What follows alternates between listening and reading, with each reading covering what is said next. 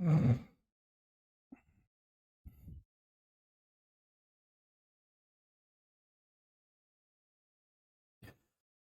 साथियों, कैसे हैं आप सभी। भाई उम्मीद है बहुत बेहतरीन होंगे और बहुत बेहतरीन आप लोगों की पढ़ाई चल रही होगी। तो एक बार जुड़ जाइए सबसे पहले, तभी मैं बात करनी शुरू करूंगा। एक बार जुड़ जाइए। आज हम करने वाले हैं मानवाधिकार की लास्ट क्लास है, ठीक है।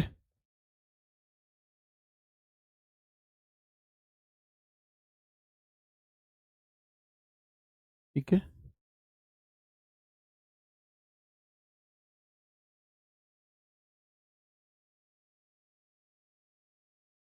ये इसकी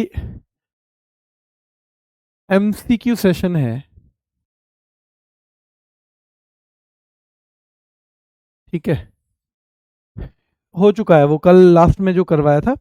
दो चार धाराएं वैसे पूछी नहीं गई है आज तक, वो भी मैंने एमसीक्यू में ही शामिल करवा ली हैं, क्योंकि धाराएं तो ऐसे 40 से ज्यादा हैं, तो उनको सीधे सीधे सबको रटने का तो फायदा है नहीं, आई भी नहीं है कभी। तो इसलिए मैंने कोशिश की है कि भाई उनमें जो मुख्य मुख्य है ना, उनको हम इसमें शामिल करवा लेते हैं। क्या करवा लेते हैं? मुख्य मुख्य को इसमें शामिल करवा लेते हैं, ठीक है। चलिए एक बार जल्दी से जुड़ जाइए सारे लोग, ताकि हम और बेहतर ढंग से थोड़ी सी क्लास की शुरुआत कर दें सारे भाइयों के साथ मिलके।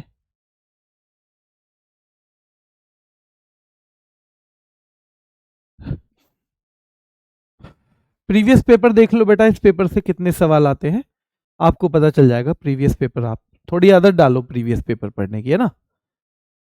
अगर हमें थोड़ी थोड़ी इन चीज़ों की कि कैसे पढ़ाई करते हैं इसकी आदत डालनी चाहिए। और पढ़ाई करने का सबसे बेहतरीन तरीका है कि एक प्रीवियस ईयर की जरूर चीजें देखा करो। अच्छा, ये एमसीक्यू सेशन है, इस एमसीक्यू सेशन में है क्या क्या देखो। दो तीन एग्जाम है जिनमें आता है, तो पीवाईक्यू प्लस प्रैक्टिस, ये दो तरह के सवाल हैं, ठीक है। इसके जो पहले 34 क्वेश्चन है, पहले 34 क्वेश्चन वो यूपी के अलग अलग एग्जाम में, चाहे वो एसआई हो चाहे कांस्टेबल हो, है ना, क्योंकि होमगार्ड का तो पहले एग्जाम होता नहीं था। तो पहले जो 34 क्वेश्चन है वो पीवाईक्यू है, और बाकी के क्वेश्चन क्या है ध्यान रखना है। बाकी के क्वेश्चन इसमें है जो नॉर्मल सवाल कहीं बन सकते हैं, उनके आधार पर जैसे जैसे पूछे गए हैं। तो एक बार आपका थम्स अप बेटा, पीडीएफ मिल गया कल का, मैंने खुद खोल के देखा है, खुद खोल के देखा है मैंने। अच्छा, एक चीज और चेंज मैं करूंगा इसमें, क्योंकि मुझे समझ में आ गया कि आप जब थ्योरी थ्योरी पढ़ते चले जाते हो ना, तो थोड़ी सी दिक्कत आपको फिर होती है कि केवल थ्योरी थ्योरी पढ़ते चले गए। तो जो अगला टॉपिक होगा बेटा, अगला टॉपिक जब हम पढ़ेंगे तो हम क्वेश्चन करेंगे। मैं कितना भी धीमा क्यों ना पढ़ा लूं, फिर आपको दिक्कत आती ही है, क्योंकि आपका कॉन्फिडेंस लेवल नहीं बन पाता। और मुझे समझ में आया कि हाँ, वो शायद आपकी बात जायज भी है, कभी कभी बिना प्रैक्टिस के बन नहीं पाता। तो हम लास्ट में तो प्रैक्टिस करेंगे, पर अब जो नेक्स्ट टॉपिक रहेगा उसमें जैसे आज हमने जितना पढ़ा, मैं अंदाज लगा के कि आज मुझे कितना पढ़ाना है, उसके 10-12 क्वेश्चन भी बना के लाऊंगा, ठीक है। वो 10-12 क्वेश्चन भी जब हम पढ़ेंगे ना, तो शायद वहां कॉन्फिडेंस लेवल ज्यादा आएगा, और फिर लास्ट में इस तरह से हम करेंगे ही। आपको करना क्या है, अभी कॉपी पेन लेके बैठो, और जो जो सवाल आपके सही हो वो तो ठीक है, जो गलत हो रहा है उसका नंबर नोट कर लो बस, ताकि उनका रिवीजन आप एक दो बार फालतू कर सको, ठीक है ना। जो रॉन्ग क्वेश्चन है, तो रॉन्ग क्वेश्चन नोट करने हैं आपको, क्योंकि आपने पढ़ लिया है ये, तो आपका कोई ना कोई गलत क्वेश्चन आ ही रहा होगा, तो गलत क्वेश्चन को आपको नोट करना है, ठीक है। रॉन्ग क्वेश्चन को आपको नोट करना है, ठीक है। और पढ़ना पड़ेगा बेटा, बिना पढ़े गड़बड़ हो जाएगी, ठीक है। चलिए, बिना पढ़े गड़बड़ हो जाएगी। आइए, संयुक्त राष्ट्र मानवाधिकार परिषद की स्थापना कब हुई थी? हम देख रहे थे एक यूनाइटेड नेशंस की ह्यूमन राइट काउंसिल है, संयुक्त राष्ट्र की मानवाधिकार परिषद। क्या कल हमने पढ़ा था कि पहले एक आयोग हुआ करता था? पहले संयुक्त राष्ट्र का मानवाधिकार आयोग हुआ करता था, हाँ जी हुआ करता था। तो संयुक्त राष्ट्र का जो मानवाधिकार आयोग है वो कब से शुरू हुआ था? जो मानवाधिकार आयोग है, मुझे लास्ट में आप लोग बताओगे क्या, बताओगे कितने सवाल आपके ठीक थे इसमें, ताकि मुझे आइडिया हो कि भाई आपने कैसी पढ़ाई करी है। देखिए, तो इसकी स्थापना हुई थी 1946 में, 1946 में। फिर जब ये 60 साल का हो गया 2006, बहुत शानदार, बहुत ही शानदार है ना, आज आनंद आने वाला है आपको। आपको असलियत में इसी तरह की पढ़ाई चाहिए बस, कि बस क्वेश्चन बताओ आंसर बता दो, है ना। चलिए, तो संयुक्त राष्ट्र मानवाधिकार परिषद की स्थापना हुई 2006 में। 2000 किस में हुई है बेटा, 2006 में हुई है, ठीक है। अगले सवाल पे आओ। संयुक्त राष्ट्र मानवाधिकार के उच्चायुक्त, the United Nations high commissioner for human rights, मैंने बताया था संयुक्त राष्ट्र मानवाधिकार उच्चायुक्त, ये शब्द हटा दोगे तो ठीक है।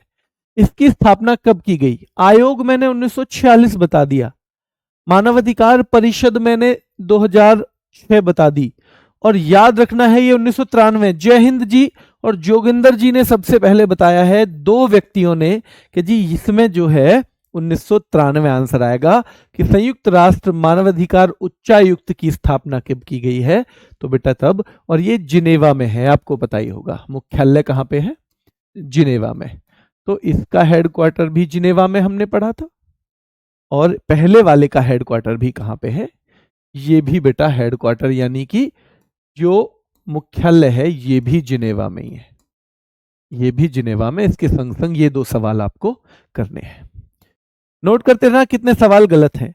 संयुक्त राष्ट्र मानवाधिकार उच्चायुक्त कार्यालय के उच्चायुक्त अभी कौन है बेटा, इसमें जो पोस्ट है उसको हम हाई कमिश्नर कह देते हैं, मैंने पहले ही बताया था, इसे हम मानवाधिकार उच्चायुक्त कह देते हैं। जो संयुक्त राष्ट्र के मानवाधिकार उच्चायुक्त कार्यालय में एक पोस्ट है जो 1993 से चला रहा है, 1993 में जो स्थापित हुआ है, तो उसमें ध्यान रखना है वोल्कर टर्क, बहुत शानदार।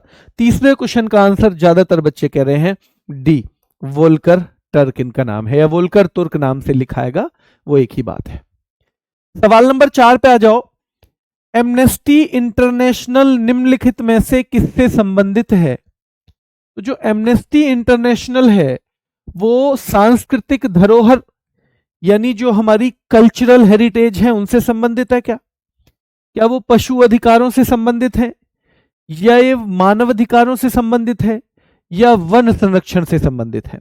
तो आपको पता होना चाहिए सी आंसर आ रहा है, क्या आ रहा है, सी आंसर, और आप में से ज्यादातर बच्चों का बिल्कुल सी आंसर है बेटा। तो मानव अधिकार से संबंधित है एमनेस्टी इंटरनेशनल, और एक आपको थोड़ा सा इसका हेडक्वार्टर याद रखना है, लंदन में है। कहां पे, लंदन में है। चलिए आगे आ जाओ।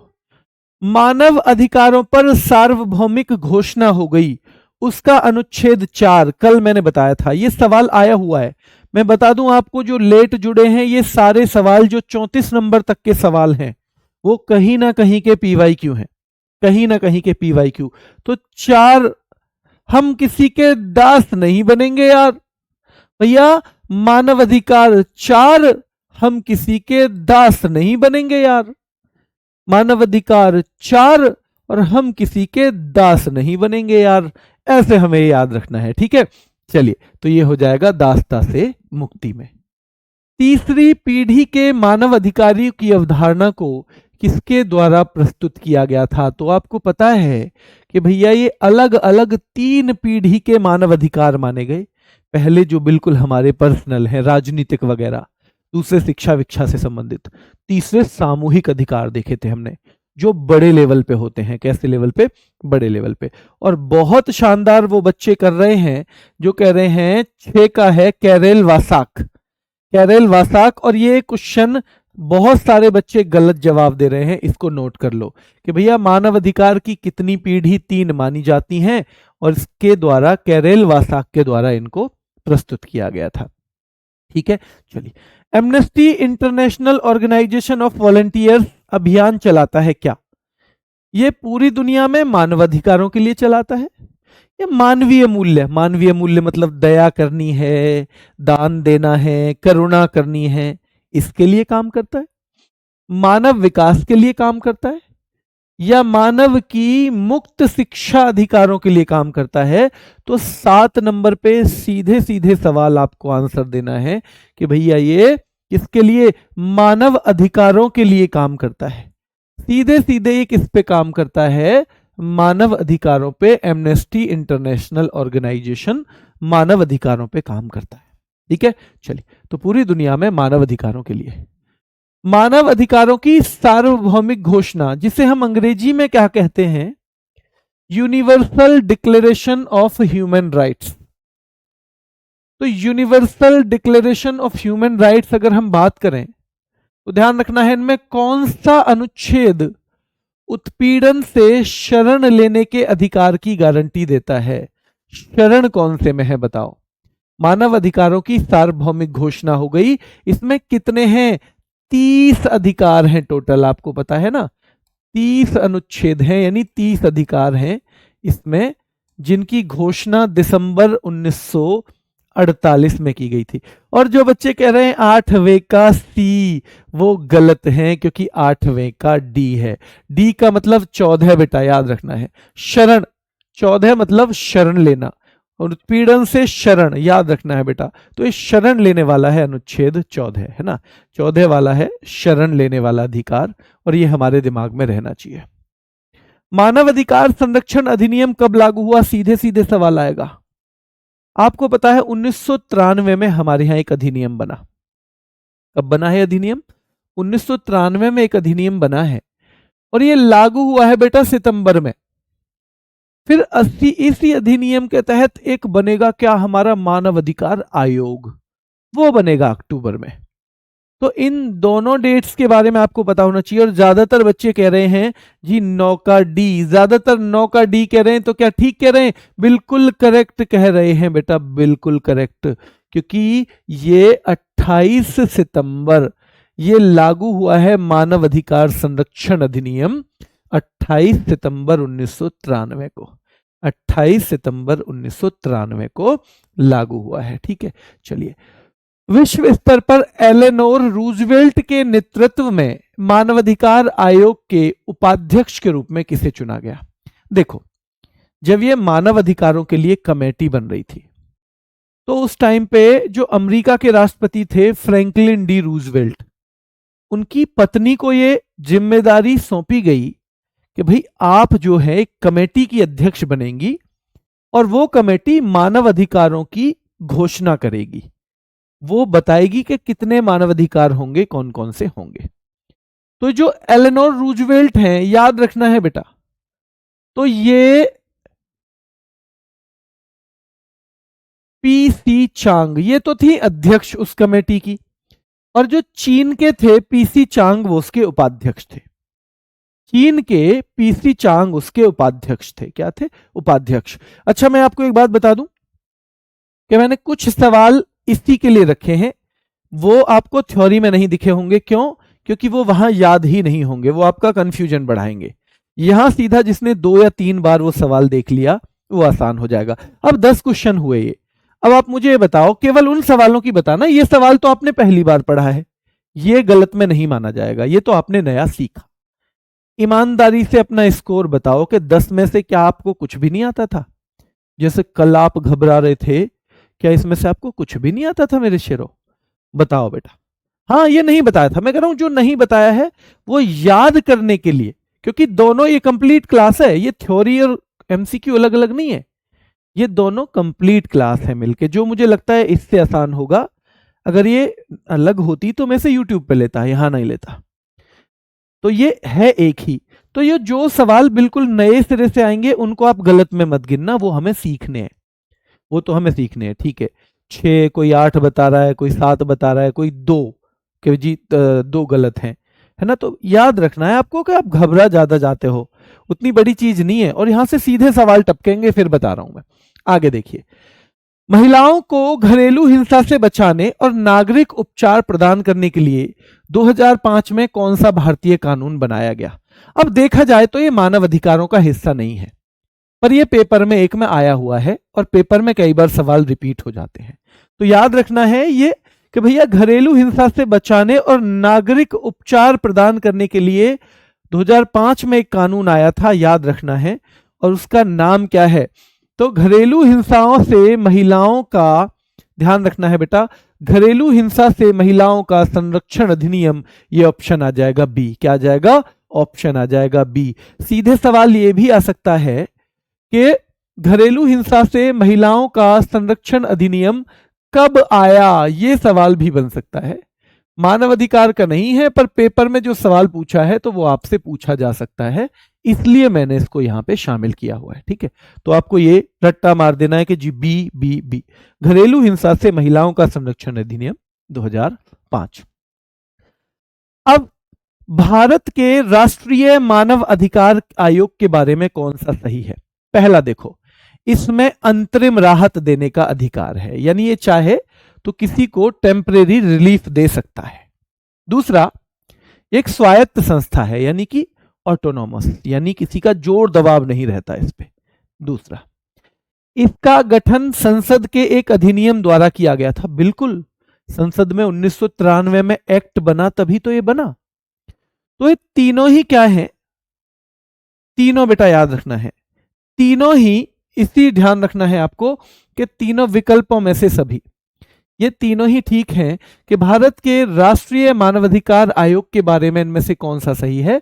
तो इसमें अंतरिम राहत देने का अधिकार है, यह एक स्वायत्त संस्था है, इसका गठन संसद के एक अधिनियम के द्वारा किया गया था, और विकल्पों में से सारे के सारे ठीक। यहां सारे के सारे हो गए ठीक बेटा। ठीक है, चलिए, मानवाधिकार आयोग का गठन, ये डेट पूछी जाएगी सीधे सीधे। जैसे मानवाधिकारों का अधिनियम तो 28 सितंबर को हुआ लागू, पर ये हमारी जो संस्था बनी है राष्ट्रीय मानवाधिकार आयोग, ये 12 अक्टूबर 1993 को बनी। कैसी है? सांविधिक है।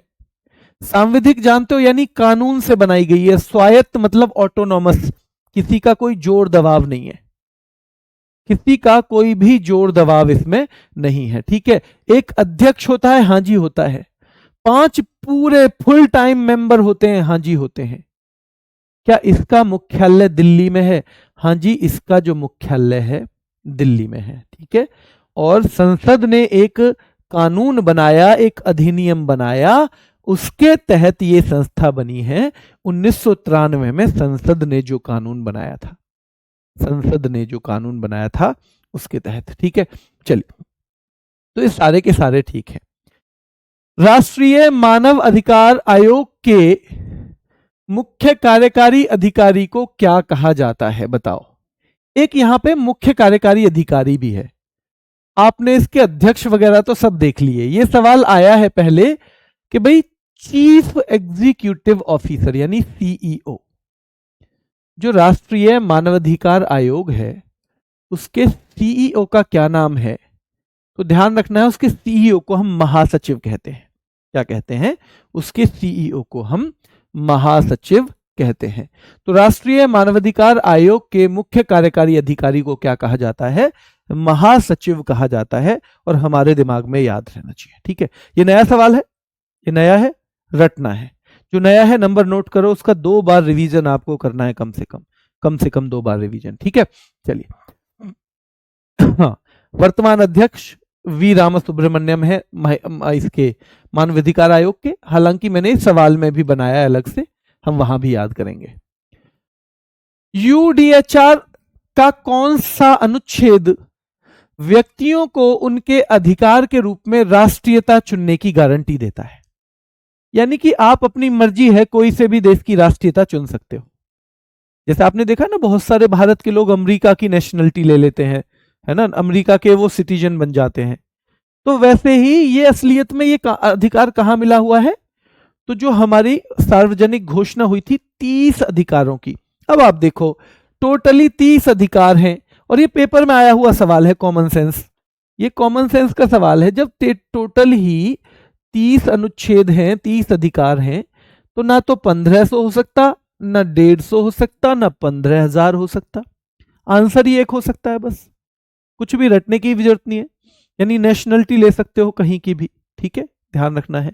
तो ये हो जाएगा 4 में हम दास्ता नहीं बनेंगे, दास नहीं बनेंगे किसी के, वो 4 अनुच्छेद में था। ठीक है, चलिए आगे देखेंगे हम। भारत के राष्ट्रीय मानवाधिकार आयोग का विधान इनमें से किसका अनुपालन करता है? देखो ये सवाल मैं बताऊं, मानवाधिकार क्यों बना ये आयोग? 1991 में पेरिस में बेटा ध्यान रखना है, 1991 में एक बैठक हुई। कब? 1991 पेरिस में ही। आपको पता है 1948 में जब ये सब घोषणा अपनाई थी, वो भी कहां अपनाई थी? पेरिस में ही, महासभा की तीसरी बैठक में। पर ये हमारा जो राष्ट्रीय मानवाधिकार आयोग बना है, ये भी किसके तहत बना है? तो जो पेरिस में सिद्धांत अपनाए गए थे, उन सिद्धांतों के तहत हमारा मानवाधिकार आयोग बना है। तो सीधे सवाल आया है पेपर में और हमें सीधा इसको आंसर करना है कि भारत के राष्ट्रीय मानवाधिकार आयोग का विधान तो बेटा पेरिस सिद्धांतों का पालन करता है। पेरिस सिद्धांतों का पालन बार बार मैंने लिख दिया है ताकि आप रिवीजन करो कि भैया 12 अक्टूबर 1993 को स्थापना, यहां फिर से लिख दिया है। कैसा है? ये स्वतंत्र है यानी ऑटोनॉमस है, किसी के दबाव में काम नहीं करता। वैधानिक है यानी कानून के द्वारा बनाया गया है। वैधानिक का ही एक और नाम है सांविधिक। सांविधिक जिसको अंग्रेजी में कहते हैं स्टैचुरी, STATUTORY। तो स्टैचुरी बॉडी है। कैसी है ये? स्टैचुरी बॉडी है, सांविधिक है, वैधानिक है, एक ही बात है। ये एक ही बात है, तीनों का ध्यान हमें रखना है। मानव अधिकारों के पहले चार्टर अर्थात साइरस सिलेंडर का कितनी संयुक्त राष्ट्र की आधिकारिक भाषाओं में अनुवाद किया गया है? देखो मानव अधिकारों में सबसे पहले जो चार्टर आया था उसे साइरस सिलेंडर का नाम देते हैं। और वो देखो, वो आपको पता होना चाहिए कि 6 की 6 भाषा जो यूएन में चलती हैं, हमने पढ़ा है ना, यूएन की भाषा कितनी है? यूएन की भाषा 6 है। तो याद रखना है आपको कि यूएन की भाषा है 6। और मानव अधिकारों का जो पहला चार्टर है साइरस सिलेंडर, तो ध्यान रखना है उसमें वो संयुक्त राष्ट्र की कितनी भाषाओं में? तो 6 आधिकारिक भाषाओं में, 6 की 6 में।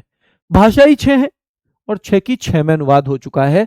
आप मुझे बताओ, क्या मैंने आपको पढ़ाया था कि मानव अधिकार जो है, मानव अधिकार का ये जो डिक्लेरेशन हुआ, क्या ये 577 प्लस भाषाओं में, 577 प्लस भाषाओं में इसका अनुवाद हो चुका है? हाँ या ना में बता दो कि जो मानव अधिकारों की सार्वभौमिक घोषणा हुई थी, सार्वभौमिक घोषणा हुई थी, क्या ये सार्वभौमिक घोषणा जो हुई, क्या इसका अनुवाद आज तक दुनिया में जितने भी डॉक्यूमेंट हैं सबसे ज्यादा में इसको ट्रांसलेट किया गया है? क्या 577 से ज्यादा भाषाओं में इसको कर दिया है ट्रांसलेट? हाँ, 577 से ज्यादा भाषाओं में इसको ट्रांसलेट कर दिया है बेटा, ध्यान रखना है। ठीक है।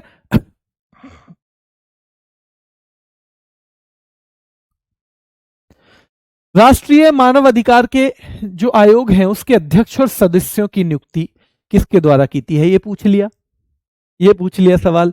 अब ये तो हम इतने दिन से कह रहे थे कि भैया जो नियुक्ति होगी वो राष्ट्रपति जी के द्वारा होगी, इसके अध्यक्ष की भी और सदस्यों की भी। तो नियुक्ति जो होगी, ध्यान रखना है, राष्ट्रपति जी करेंगे। कौन? राष्ट्रपति जी करेंगे। और इसमें क्या होगी? एक कमेटी होगी। कमेटी में फिर से याद दिला रहा हूं, देखो कमेटी दो तो मुख्य हमारे यहां पे कौन लोग हैं? एक तो प्रधानमंत्री। एक शब्द में हो सकता है गलत लिख दूं, बताना मैंने कुछ गलत लिखा है। देखो बहुत सिंपल सा गणित कैसा है, प्रधानमंत्री, और प्रधानमंत्री के बाद सबसे महत्वपूर्ण मंत्री होता है भारत का गृह मंत्री। तो ये 2 मंत्री हो गए। अब हमारे यहां 2 सदन है, देखो यहां लिख लो लोकसभा और यहां लिख लो बेटा 5 नंबर पे राज्यसभा। हमारे यहां 2 ही तो सदन है, संसद 2 हिस्सों में ही तो बटी हुई है। वैसे राष्ट्रपति भी होते हैं पर वो सदन नहीं है, राष्ट्रपति भी हैं पर वो सदन तो नहीं है ना, ध्यान रखना है। तो लोकसभा में, लोकसभा 2 बार लिखो, राज्यसभा भी 2 बार लिखो, राज्यसभा। तो ध्यान रखना है लोकसभा में एक पद होता है लोकसभा के अध्यक्ष का, जिसे अंग्रेजी में हम स्पीकर कहते हैं। तो लोकसभा में अध्यक्ष और विपक्ष का नेता, ये दोनों ले लो। विपक्ष का नेता, लीडर ऑफ अपोजिशन। राज्यसभा में उपसभापति, यहां सभापति नहीं है, उपसभापति। क्योंकि ध्यान रखना आपको, क्यों नहीं है बेटा यहां उपसभापति क्यों है? क्योंकि सभापति तो उपराष्ट्रपति जी होते हैं और उपराष्ट्रपति जी को ऐसी कमेटी वमेटी में नहीं रखा जाता। यहां अध्यक्ष ठीक है, पर यहां उपसभापति क्यों है? क्योंकि सभापति लेते तो हमें उपराष्ट्रपति जी को रखना पड़ता, और वो इस तरह के पॉलिटिकल मामले में नहीं आते हैं ना। और राज्यसभा में याद रखना है बेटा विपक्ष का नेता। तो बस इतना ही गणित है, इतना ही गणित है। और राज्य में भी सेम चीजें होती हैं, बस जो वहां प्रधानमंत्री की जगह चीफ मिनिस्टर है तो वो हो जाता है, गृह मंत्री वहां भी रहता है। वहां लोकसभा की जगह एक सदन होता है विधानसभा, और राज्यसभा की जगह होता है 6 राज्यों में है केवल विधान परिषद। तो वहां इनके दोनों लोग ले लिए जाएंगे, यहां के भी यहां के भी, बस इतना छोटा सा अंतर है। ठीक है, ठीक है, चलिए तो ये हो गया। आगे देखिए, राज्यों में मानवाधिकार आयोग की स्थापना किस कानून के तहत की जाती है? तो देखो, राज्यों में, राज्य में भी उसी कानून के तहत स्थापना होती है देश में हमारे में जिस कानून के तहत स्थापना होती है, यानी राज्य भी उसी कानून में और देश में भी उसी कानून में ये आयोग बनाए जाते हैं। राज्य के, हर किसी राज्य के अपने अपने अलग आयोग हैं, और भारत का जो है एक अकेला आयोग है, मानव अधिकार आयोग। ठीक है, तो याद रखना यही कानून, मानव अधिकार संरक्षण अधिनियम, जो कब आया था? 1993, 28 सितंबर को जो लागू, तो ये ही है बेटा जिसके तहत राज्यों में भी स्थापना होती है। ठीक है, चलिए, अध्यक्ष और सदस्यों की नियुक्ति कौन करता है? सिंपल भैया, राज्यपाल। राज्य मानवाधिकार आयोग में, राज्य में उल्टा हो जाता है, तो राज्य के मानवाधिकार आयोग में अध्यक्ष और सदस्यों की नियुक्ति करते हैं राज्यपाल। पर हटा कौन सकता है? हटाना, जो हटाना है ना, हटाने का काम राष्ट्रपति जी को ही करना पड़ेगा, राज्यपाल नहीं हटा सकता। बेशक ये स्टेट वाले हैं, बेशक स्टेट वाले हैं, पर हटाने का काम राष्ट्रपति जी ही करेंगे, इतना हमें याद रखना है। ठीक है, हटाने का काम यही करेंगे। वर्तमान में जो उत्तर प्रदेश का मानवाधिकार आयोग है उसके अध्यक्ष कौन है? ये सवाल आपके लिए बहुत महत्वपूर्ण है। तो बालकृष्ण नारायण है। कौन है? बालकृष्ण नारायण। और राज्य के मानवाधिकार आयोग में भी सेम 3 साल या 70 साल की आयु, जो भी पहले हो जाए वहीं तक ये सिस्टम बनता है बेटा। 3 साल या याद रखना है 70 साल तक की आयु। किस अंतर्राष्ट्रीय दस्तावेज को सभी मानव जाति के लिए अंतर्राष्ट्रीय मैग्ना कार्टा कहा जाता है? मैग्ना कार्टा मतलब बहुत विशेष डॉक्यूमेंट है ये। ठीक है, अधिकार देने वाला, जो सबको अधिकार दे, राइट्स देने वाला डॉक्यूमेंट है मैग्ना कार्टा। तो ध्यान रखना है, जो मानवाधिकारों की सार्वभौमिक घोषणा हुई थी 10 दिसंबर 1948 को, इसी को बेटा मानव जाति के लिए अंतरराष्ट्रीय मैग्ना कार्टा कहा जाता है। इसी को मानव जाति के लिए अंतरराष्ट्रीय मैग्ना कार्टा कहा जाता है। मानवाधिकार किसके पास है? तो देखो, मानवाधिकार सबके पास है, मानवाधिकार सबके पास है, तो सब लोगों के पास है, चाहे कोई भी हो। अपराधी भी है तो ऐसा नहीं है कि उसे मार ही दोगे, सबके पास है, याद रखना है। तो 21 का ऑप्शन हो जाएगा सी। ठीक है, 21 का हो जाएगा ऑप्शन सी। 2006 में संयुक्त राष्ट्र मानवाधिकार आयोग का नामकरण बदल दिया गया, और इसका नाम बदलकर क्या कर दिया गया? आपको पता है ये आयोग बना था कब? 1946 में। बार बार रिपीट करना है, बार बार एक ही गणित है याद करने का, कोई दूसरा नहीं। Revision revision revision. जो रिवीजन इस साल नहीं करेगा उसे अगले साल करना है, जो अगले साल नहीं करेगा वो जिंदगी भर रिवीजन करेगा। काश में वो कर लेता। रिवीजन करना ही पड़ेगा, और वो जरूरी है अगर नौकरी चाहिए तो बेटा। ठीक है, चलिए, तो मानवाधिकार परिषद, ये मानवाधिकार परिषद नाम हो गया 2006 में इसका, जो 1946 से एक संस्था चली आ रही थी, मानवाधिकार परिषद इसका नाम कर दिया गया 2006 में। राष्ट्रीय मानव अधिकार आयोग के सदस्यों की जो रिटायरमेंट की एज है वो क्या है? हमने पढ़ा ही था, क्योंकि सुप्रीम कोर्ट के जज बनते हैं, और सुप्रीम कोर्ट के जो जज हैं वो खुद ही 65 साल की एज में रिटायर होते हैं, उसके बाद बनेंगे यहां पर, वो रिटायर हो जाएं वहां से तब बनेंगे। तो 60, 63, 58 तो हो ही नहीं सकती, क्योंकि इस उम्र में तो बन भी नहीं सकता कोई, रिटायर्ड होना चाहिए तो इस उम्र तक तो बनेगा भी नहीं। तो सीधे सीधे 70 ईयर्स बेटा। और पहले अध्यक्ष हमेशा याद रखने हैं रंगनाथ मिश्र। रंगनाथ मिश्र, ये डेट हमेशा रिपीट करनी है। जो मानव अधिकार बना भारत का वो 12 अक्टूबर 1993 को बना। तो ये फिर सवाल ही आ गया नया, राष्ट्रीय मानवाधिकार आयोग के पहले अध्यक्ष कौन थे? तो ध्यान रखना है बेटा, वो रंगनाथ मिश्र थे। कौन थे? रंगनाथ मिश्र। राष्ट्रीय मानवाधिकार आयोग के ये पहले अध्यक्ष थे, रंगनाथ मिश्र। ठीक है। मानव अधिकारों की सार्वभौमिक घोषणा 1948 में जो हुई, उसमें कितने अनुच्छेद हैं? ये सब आए हुए सवाल हैं पेपर में सारे के सारे, और बताओ आप कर पा रहे हो नहीं? हम सब कर दो अगर एक आधी सवाल छोड़ के जो नया था, बाकी आप कर पा रहे हो। जो कल बच्चे घबरा रहे थे कि हम पे नहीं हो रहा, हम तो बोर हो रहे हैं, वो एक बार थम्स अप कर दो। बार बार चिल्लाया बेटा आपके लिए। अगर मेरा बस चले ना, मतलब बस की बात नहीं, मतलब मैं कह रहा हूं मेरा काम उतना ही है कि मैं आपको एक बार पढ़ा दूं, फिर कह दूं रटो जी अपने आप। ईमानदारी से अपने दिल पे हाथ रख के बताना। मैं एक बार पढ़ा दूं और फिर कहूं आप रटो, फिर आप पेपर में मैं लेके खड़ा हो जाऊं, देखो मेरी क्लास से सब कुछ आया है, ऐसे, तो क्या आप मना कर दोगे कि नहीं आया? फिर मैं बार बार रिवीजन क्यों करवाने की कोशिश कर रहा हूं? क्यों मैं साथ के साथ प्रैक्टिस कराने की कोशिश कर रहा हूं? ताकि आपके दिमाग में वो सेट हो जाए, फिट हो जाए। ठीक है। केवल पढ़ाना तो पीडीएफ देने जैसा हो गया। और बेटा इंटरेस्ट आपको लेना पड़ेगा, चीजें समझनी भी पड़ेंगी। जो एक बार में समझ में नहीं आती उसे 2 बार में समझना पड़ेगा। जब आदमी आपके लिए सामने खड़े होके चिल्लाता है ना, और फिर आप कहते हो क्लास बोरिंग हो गई, तो बहुत दुख होता है उसे। फिर ये इंटरेस्टिंग है नहीं इतना टॉपिक। इसमें युद्ध थोड़ी है कि जी उन्होंने एक दूसरे को मारा पकड़ा। ये थोड़ा सा बोरिंग सब्जेक्ट हो जाता है क्योंकि फैक्ट ज्यादा याद करने।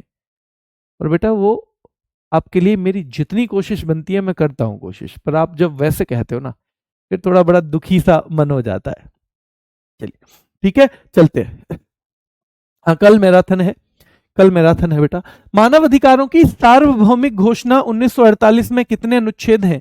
तो सीधे सीधे आपको 30 याद करने हैं ना, इसमें कोई गणित ही नहीं है, सीधे सीधे 30।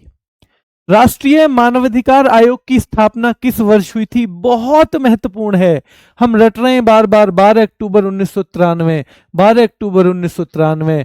राष्ट्रीय मानवाधिकार आयोग 12 अक्टूबर 1993 बेटा। ठीक है। राष्ट्रीय मानवाधिकार आयोग के अध्यक्ष या किसी भी अन्य सदस्य को हटाने की शक्ति किसके पास है? तो हमारे भारत के जो राष्ट्रपति जी हैं, वो राष्ट्रीय मानवाधिकार आयोग के किसी अध्यक्ष को हटा सकते हैं, या बेटा याद रखना है किसी भी सदस्य को भी और अध्यक्ष को भी हटा सकते हैं। ठीक है, ये याद रखना है, भारत के राष्ट्रपति के पास है। मानवाधिकारों की सार्वभौमिक घोषणा में उल्लिखित मानवाधिकार के सिद्धांत भारतीय संविधान के किन अनुच्छेदों में निहित हैं? तो देखो खास तौर पे ये ध्यान रखना है कि भारत में जो है ना मानवाधिकार और साथ में नीति निदेशक तत्व, वो दोनों इनसे ही प्रेरित हैं। ये 1948 में जो घोषणा हुई ना, तो भारत में 2 चीजें इनसे प्रेरित हैं। कौन कौन सी? तो याद रखना है, एक तो मूल अधिकार और एक नीति निदेशक तत्व। तो आपको पता ही है मूल अधिकार तो होते हैं संविधान 12 से कितने हैं बताओ? क्या 12 से 35 हैं? और प्लस नीति निदेशक तत्व जिनको हम बोलते हैं डीपीएसपी, ये 36 से 51 है बेटा। इन दोनों को मिला के जो निकल के आता है वो असलियत में हमारे मानव अधिकारों की घोषणा का हिस्सा है। तो हम सीधे करेंगे 12 से 51 बेटा। 12 से 51 मूल अधिकार भी, मूल अधिकार वो मानव अधिकारों में मूल अधिकार भी हैं हमारे, और नीति निर्देशक तत्व भी हैं। तो ये ध्यान रखना है, ये घोषणा जो हुई है सार्वभौमिक, इन दोनों के जोड़ के हिसाब से है। और इन दोनों को जोड़ के अगर देखोगे तो अनुच्छेद 12 से 51 निकल के आता है। अनुच्छेद 12 से 51 निकल के आता है बेटा, ठीक है, 12 से 51, ठीक है। चलिए, संयुक्त राष्ट्र द्वारा मानवाधिकार दिवस के रूप में निम्नलिखित में से कौन सा दिन मनाया जाता है? तो संयुक्त राष्ट्र मानवाधिकार दिवस जिस दिन ये घोषणा हुई, और ये घोषणा हुई है 10 दिसंबर 1948 को, तो यहां पे बेटा, यहां पे हो जाएगा, ठीक है, 10 दिसंबर 1948। मानव अधिकारों की सार्वभौमिक घोषणा के अनुच्छेद 4 में क्या है? 2 बार पूछा गया है सवाल, अनुच्छेद 4, क्योंकि किसी की भी स्वतंत्रता बहुत महत्वपूर्ण है और दासता हमारी स्वतंत्रता छीन लेती है। दासता का मतलब है गुलामी, हम किसी के गुलाम हैं। तो सीधे सीधे याद रखना है, गुलामी से स्वतंत्रता या दासता से स्वतंत्रता अनुच्छेद किसमें है बेटा? 4 में। और टोटल अनुच्छेद कितने हैं? 30। तो 4 में है, जो 30 अनुच्छेद हैं टोटल, तो उनमें से अनुच्छेद 4 नंबर पे गुलामी से स्वतंत्रता है, गुलामी से स्वतंत्रता। 3-4 अनुच्छेद और देख लेना। 16 विवाह और परिवार, भाई विवाह करने का और अपना परिवार बनाने का अधिकार 16 में है। 17 बेटा याद रखना है, निजी संपत्ति का अधिकार है। 26 शिक्षा का अधिकार है, 26 शिक्षा का अधिकार है। तो उन 30 में से कुछ कुछ मेन इंपॉर्टेंट है। वैसे ना मैंने कल जो है आपको वो 30 के 30 बताए थे ना, वो याद 1-2 बार जरूर देख लेना, क्योंकि वहां से सवाल बने हैं। वो थोड़ा सा आपको कोई ना कोई गणित मिला के 5-7 तो मैंने ही बता दिए थे, पर वो थोड़ा थोड़ा सा याद करने की कोशिश करनी है, ठीक है। वैश्विक स्तर पर मानव अधिकारों की घोषणा का वैधानिक स्वरूप क्या है बेटा? देखो, वैधानिक स्वरूप ही सिंपल है, समझने की बात है बस। जो मानव अधिकारों की घोषणा हुई तो वो कैसे हुई, उसका रूप क्या है, मतलब कहां से हुई है? तो देखो, संयुक्त राष्ट्र महासभा में ही तो एक प्रस्ताव आया था। कब? तीसरे सत्र में, संयुक्त राष्ट्र महासभा का तीसरा सत्र था। कब? 1948 में। कौन से दिन? 10 दिसंबर के दिन। तो भैया कैसे, मतलब दुनिया के लिए मानवाधिकार कैसे मिले हैं? तो भैया ऐसे मिले हैं कि संयुक्त राष्ट्र महासभा में एक प्रस्ताव आया था, वो पास हुआ, 48 लोगों ने उसकी सपोर्ट में वोट डाले थे, 48 लोगों ने। तो सीधे सीधे यहां का गणित हो जाएगा, ठीक है, सीधे सीधे ए ऑप्शन हो जाएगा। मानवाधिकारों की सार्वभौमिक घोषणा की मसौदा समिति के अध्यक्ष, बहुत महत्वपूर्ण है बेटा, इसकी मसौदा समिति यानी ड्राफ्ट कमेटी। जब मानव अधिकारों की घोषणा की जानी थी तो मानव अधिकारों को ड्राफ्ट करना था, जैसे हमारा संविधान ड्राफ्ट करना था। हमारे संविधान की जो ड्राफ्टिंग कमेटी है उसके अध्यक्ष कौन थे? तो वो थे डॉक्टर अंबेडकर। वैसे ही इसमें एलेनोर रूजवेल्ट है बेटा, इन्होंने ड्राफ्ट किए हैं वो अलग चीज है, पर समिति की अध्यक्ष हैं एलेनोर रूजवेल्ट। कौन है? Eleanor Roosevelt. ए करना पड़ेगा क्योंकि हमने पूछा है मसौदा समिति की अध्यक्ष, तो एलेनोर रूजवेल्ट है, ठीक है, महिला है। और एक मानवाधिकारों का पहला सम्मेलन, मैंने बताया था आपको, सबसे पहला जो सम्मेलन हुआ था क्या 1968 में हुआ था? क्या ईरान में हुआ था? और क्या ईरान के तेहरान में हुआ था? तो ये सवाल भी आया हुआ है, मानवाधिकारों का प्रथम सम्मेलन किस देश में आयोजित किया गया? तो तेहरान में किया गया, तेहरान में किया गया है, ध्यान रखना है, तेहरान में किया गया है। और ये कब किया गया? 1968। साल कम से कम याद कर लेना अगर डेट भी याद ना हो, ठीक है बेटा। और इसमें क्या हुआ? 22 दिन तक मानवाधिकारों पर विचार विमर्श यानी डिस्कशन हुआ था। तो 22 दिन तक मानव अधिकारों के बारे में डिस्कशन हुआ था इसमें। कितने दिन तक? 22 डेज तक मानव अधिकारों का इसमें डिस्कशन हुआ था, ठीक है बेटा। चलिए आगे आइए। थाने में मानवाधिकार संरक्षण के लिए आप किस प्रकार कार्य करेंगे? हम भी थे पुलिस में, मैं जब दिल्ली पुलिस में सब इंस्पेक्टर था तो हम भी इसकी गाइडलाइन जो है ना, ये सारे थानों में बटी हुई है कि भाई आप थाने में लाके किसी के मानवाधिकार नहीं छीन सकते। इसके लिए सुप्रीम कोर्ट ने एक केस में कुछ डायरेक्शन दी, सुप्रीम कोर्ट ने कुछ एक तरह से नियम कायदे दिए कि आपको ऐसे रखना पड़ेगा। तो वो कौन सा मामला था? डीके बसु नाम के आदमी ने पश्चिम बंगाल की सरकार के खिलाफ मुकदमा किया था और उस मुकदमे में ये निकल के आया था कि भाई आप थाने में किस तरह से लोगों के साथ और अपराधियों के साथ व्यवहार करेंगे, तो ये थाने में अपराधों के संरक्षण से संबंधित है बेटा ये। ठीक है, चलिए यहां तक सवाल आए हैं। ये सारे के सारे सवाल ये अब तक सब PYQ थे, अब तक सारे PYQ। ठीक है, तो ध्यान रखना है सारे PYQ, पर इनके आधार पे क्या कोई और सवाल भी बन सकता है, इसको ध्यान में रखते हुए मैंने आपकी प्रैक्टिस के लिए भी सवाल ले लिए। और मैं अभी बच्चे ज्यादा जुड़ गए हैं, मैं फिर से बता दूं, क्योंकि आपको इन स्पेशल टॉपिक्स को बहुत अच्छे से करना है। होमगार्ड वाले बच्चों का ये फरवरी जाएगा बेटा, ये फरवरी। देखो होमगार्ड वाले बच्चे अगर चाहेंगे तो मैं उनकी अलग क्लास लेके और उनका जल्दी करवा देता हूं सिलेबस, अगर उन्हें ऐसे लगे कि हमें तो जल्दी करवा दो जी, हमें कोई जरूरत नहीं है बहुत ध्यान से इनको पढ़ने की, तो मैं उनकी क्लास अलग कर दूंगा कल से ही, है ना। और उन्हें लगता है कि ये टॉपिक इंपॉर्टेंट है जो मुझे लगता है, और ये चाहे तो थोड़ा सा टाइम खींच जाए, लेकिन भैया हमें पढ़ाओ तो साथ में ही और अच्छे से ही पढ़ाओ, तो फिर वो चुपचाप इनको पढ़ेंगे, इस बारे में कोई बात नहीं करेंगे। फिर समय थोड़ा लगे तो लग जाए, समय जरूरी है, सिलेक्शन, ये बात ध्यान रखना। सिलेबस जरूरी है, सिलेक्शन जरूरी है, आप ये बात देख लेना, फिर मुझे बता दीजिएगा जो आप कहोगे। अब कल से मेरे पास समय भी रहेगा, क्योंकि GD की जो क्लास है वो आज प्रैक्टिस सेट खत्म हो गया है, तो मेरे पास कल से समय रहेगा। आप अलग से थोड़ा तेज चलना चाहेंगे तो मैं तेज करवा दूंगा आप लोगों को। ठीक है, मैं तो ये था कि बहुत सारे बच्चे दोनों एग्जाम भी दे सकते हैं, तो अच्छे से पढ़ा देता हूं। संयुक्त राष्ट्र, ये मैंने बनाए हैं अब वाले सवाल, ये प्रैक्टिस से हमारी टीम ने बनाए हैं बेटा, याद रखना है। संयुक्त राष्ट्र महासभा द्वारा मानवाधिकारों की सार्वभौमिक घोषणा कब हुई? इसमें कुछ घुमा घुमा के कैसे आ सकते हैं सवाल, तो देखो ये सीधे सीधे 10 दिसंबर 1948 को हुई है, 10 दिसंबर 1948 को हुआ है। ठीक है, चलिए 10 दिसंबर, अच्छा ये बेटा गलती से हो गया है ना, ये यही रहेगा 10 दिसंबर ही। ठीक है, तो आंसर इसका डी रहेगा। हाँ देखो डी, ये सॉरी बी है ना, इसको 10 दिसंबर कर लेना 1948। ठीक है, ध्यान रखना है। तो संयुक्त राष्ट्र महासभा द्वारा मानवाधिकारों की सार्वभौमिक घोषणा को कब अपनाया गया?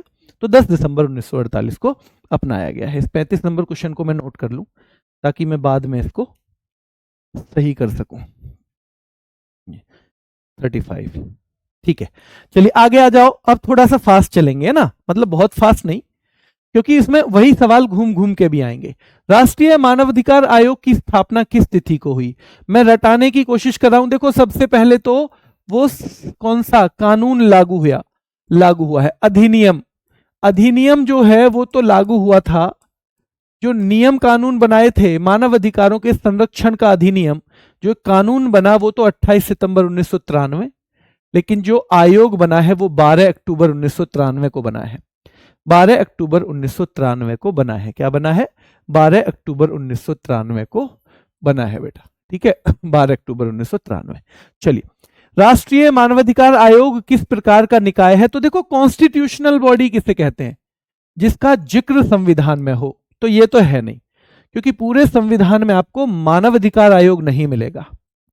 ये सांविधिक है। सांविधिक का मतलब है कि जो किसी कानून के हिसाब से बना हो। तो हमने बताया आपको कि कानून आया था, कानून कौन बनाता है हमारे यहाँ? संसद। तो सीधे सीधे कानून बनाया है संसद ने और उसके तहत ये बना है। तो ये एक सांविधिक निकाय है, यानी स्टैच्यूटरी बॉडी है, यानी कानूनी निकाय है बेटा। ठीक है, चलिए, मानवाधिकार संरक्षण अधिनियम में कुल कितने अध्याय और धाराएं हैं? यह सवाल ध्यान रखना है। कल हमने आपको लास्ट में बताया भी था। क्या 8 और 43 आंसर है इसका? क्या 8 और 43 इसका आंसर है? तो ध्यान रखना है, ये जो 1993 में अधिनियम आया, 28 सितंबर को लागू हुआ, उसमें 8 अध्याय हैं और 43 धाराएं हैं। 2019 के संशोधन के बाद बेटा अध्यक्ष और सदस्य जो है ना, उनका कार्यकाल कितना होगा? तो सबसे पहले तो 3 साल ढूंढो, और 3 साल एक में ही है, बाकी सब जाए भाड़ में। दूसरी चीज वैसे ये भी देखनी है, 3 साल और 70 साल की आयु तक। 70 साल की आयु तक, यानी 3 साल पूरे ना हो बेशक, पर 70 साल का हो गया तो आपको रिटायर कर दिया जाएगा। रिटायर। राष्ट्रीय मानवाधिकार आयोग के अध्यक्ष की नियुक्ति किसके द्वारा की जाती है? तो जो राष्ट्रीय मानवाधिकार आयोग है उसके अध्यक्ष की नियुक्ति सीधे सीधे हम पहले भी पढ़ चुके हैं, फिर से रिपीट करवा रहा हूं, तो भैया राष्ट्रपति के द्वारा होती है। अब समिति का अध्यक्ष कौन होता है? मैंने समिति भी पढ़ा दी आपको, 6 लोग पढ़ाए मैंने, प्रधानमंत्री, गृह मंत्री, लोकसभा से 2, स्पीकर भी और विपक्ष का नेता भी, राज्यसभा से 2, डिप्टी चेयरमैन यानी उपसभापति और विपक्ष का नेता। तो जो कमेटी है उसके अध्यक्ष कौन है? प्रधानमंत्री। कमेटी कौन है? तो कमेटी के अध्यक्ष प्रधानमंत्री हैं। अच्छा एक चीज और बता देना मुझे, देखो कल तक जैसे आप में से कई बच्चों की थोड़ी शिकायत थी कि सर थोड़ा सा बोरिंग पढ़ा रहे हो, मतलब इस वाले टॉपिक को। ये थोड़ा बोरिंग टॉपिक है भी, इसमें बहुत इंटरेस्टिंग है नहीं, खैर चीजें, पर सीखने वाला भी है। आप मुझे बता देना ये एक ही टॉपिक है, अगर आप लोग ये चाहते हो ना कि स्पेशल टॉपिक हम किसी और गुरुजी से आपके करवा दें, तो मैं हट जाऊंगा पीछे, मैं अंकित सर से बात कर लूंगा, हम किसी और टीचर को भी ला सकते हैं ना, आपको मजबूरी नहीं है, जो आपके बेहतरी के लिए हो हम वही करेंगे। अगर आपको ये लग रहा है कि नहीं सर आपसे बेहतर तो दूसरे सर वो करा देंगे, तो हम दूसरे गुरुजी से करवा देंगे, ऐसा कोई वो नहीं है कि भाई है हमारे पास ऑप्शन कई सारे, किसी से भी करवा सकते हैं, ठीक है। ये लास्ट टॉपिक, ये टॉपिक है मतलब पहला, तो इसी के तुरंत बाद चेंज कर देंगे, आप बता दीजिएगा। एनएचआरसी की नियुक्ति समिति का सदस्य कौन नहीं होता? मैंने 6 सदस्य बताए थे, इन 6 में से कौन सा एक नहीं है?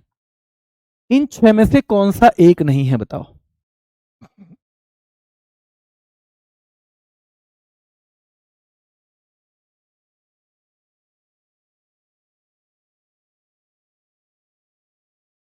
जल्दी बताओ इनमें से कौन सा नहीं है?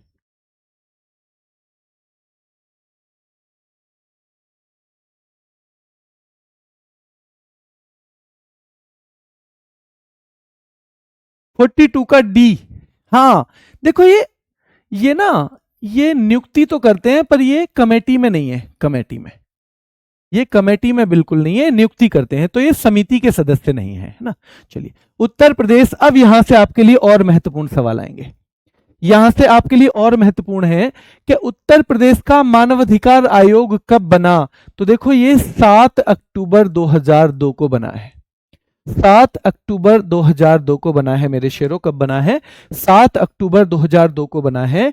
ये उत्तर प्रदेश राज्य मानवाधिकार आयोग 7 अक्टूबर 2002 को बना है, ठीक है। चलिए अगले सवाल पे आओ। राज्य मानवाधिकार आयोग के अध्यक्ष और सदस्यों की नियुक्ति, तो मैंने आपको बताया था जैसे केंद्र में नियुक्ति होती है राष्ट्रपति जी के द्वारा, वैसे ही यहां नियुक्ति होती है राज्यपाल जी के द्वारा। पर हटाने की बात हो तो वहां भी राष्ट्रपति हटाएंगे, यहां भी राष्ट्रपति हटाएंगे, वहां भी राष्ट्रपति हटाएंगे, यहां भी राष्ट्रपति हटाएंगे, अगर हटाने वाली बात आएगी तो ऐसे। राज्य मानवाधिकार आयोग के अध्यक्ष या सदस्य को उसके पद से हटाने की शक्ति किसके पास है? तो राज्य मानवाधिकार आयोग के अध्यक्ष या सदस्य को उसके पद से हटाने की शक्ति बेटा सीधे सीधे राष्ट्रपति जी। और यहां बच्चे गड़बड़ करेंगे, यहां बच्चे गड़बड़ करने वाले हैं, ध्यान रखना है कि भैया राज्यपाल नहीं, राज्यपाल केवल नियुक्ति के टाइम आएगा, ये हटाते वक्त राष्ट्रपति जी चले जाएंगे। कौन? राष्ट्रपति जी, ठीक है। चलिए राष्ट्रीय मानवाधिकार आयोग के वर्तमान अध्यक्ष बनने के लिए क्या योग्यता होनी चाहिए? 2019 के बाद देखो 2019 का संशोधन आ गया। पहले मैंने बताया था अगर किसी को मानवाधिकार आयोग का अध्यक्ष बनना है तो वो सुप्रीम कोर्ट से रिटायर्ड चीफ जस्टिस होना चाहिए, सुप्रीम कोर्ट का रिटायर्ड चीफ जस्टिस होना चाहिए।